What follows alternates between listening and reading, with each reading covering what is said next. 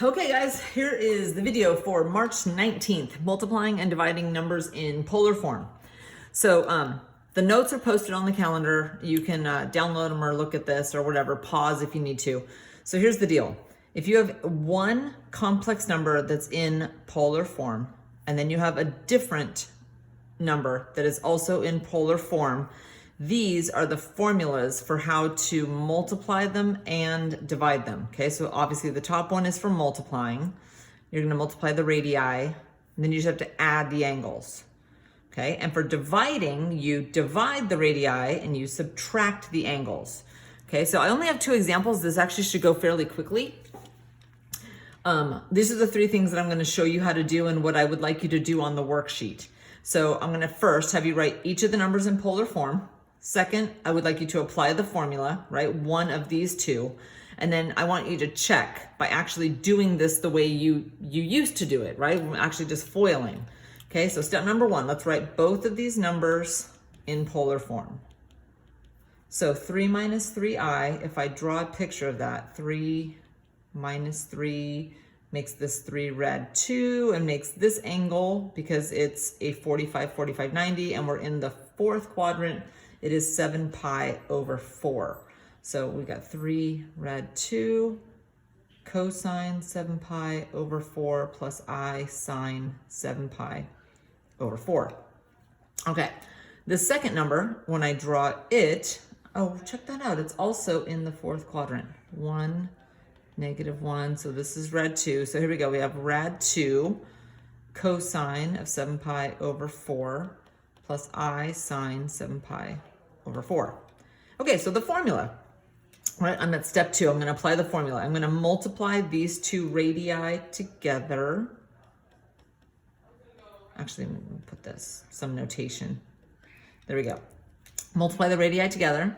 And then I'm going to add the angles together. 7 pi over 4 plus 7 pi over 4. If it's okay with you, I'm just going to go ahead and add that right now. All right, multiplying, this becomes 6. And then I've got the cosine of 14 pi over 4, but that reduces. Cosine of 7 pi over 2 plus I sine of 7 pi over 2. Okay, so now this is where your knowledge of the unit circle comes in. 7 pi over 2 is 3.5, right? 3.5, so 1, 2, 3, and we're right down here at 0, -1. So the cosine of that angle is 0, and the sine of that angle is -1.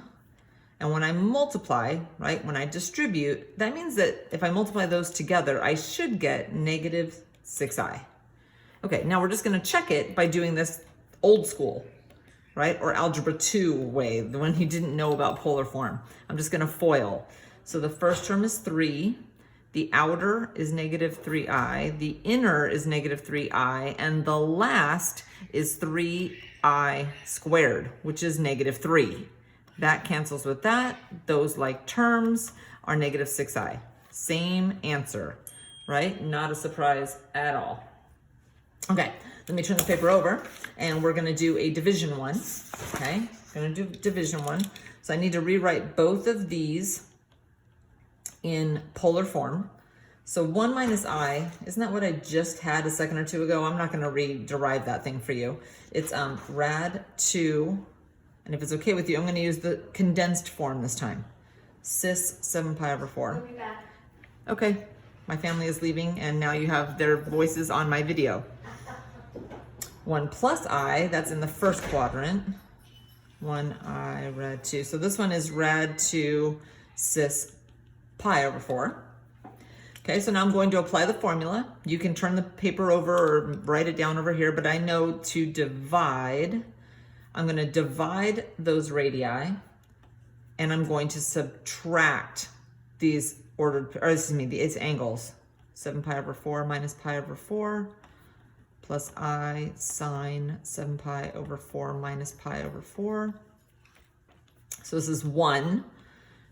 Subtracting, this is what, 6 pi over 4 or 3 pi over 2. Okay, 3 pi over 2. Again, same location as before. So I'm going to have 1 times 0 plus I times negative 1. In other words, negative I. Now, we're going to check it, right? I'm going to ask you to check it on the worksheet as well. I'm going to do this the old school way, which is to just rationalize, right? I'm going to multiply by the complex conjugate. All right.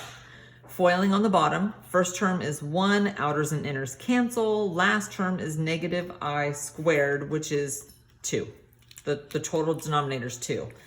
On the top, when I FOIL, first term is 1, outer and inner are both negative I, so that's negative 2I, and then the last is plus I squared. So this cancels with this. I have negative 2I over 2, which equals, lo and behold, negative I. All right, hopefully that made sense. I will answer your questions on Friday in the next Instagram Live, which will only be at 10:30. I am not gonna do the early morning one anymore. All right, bye.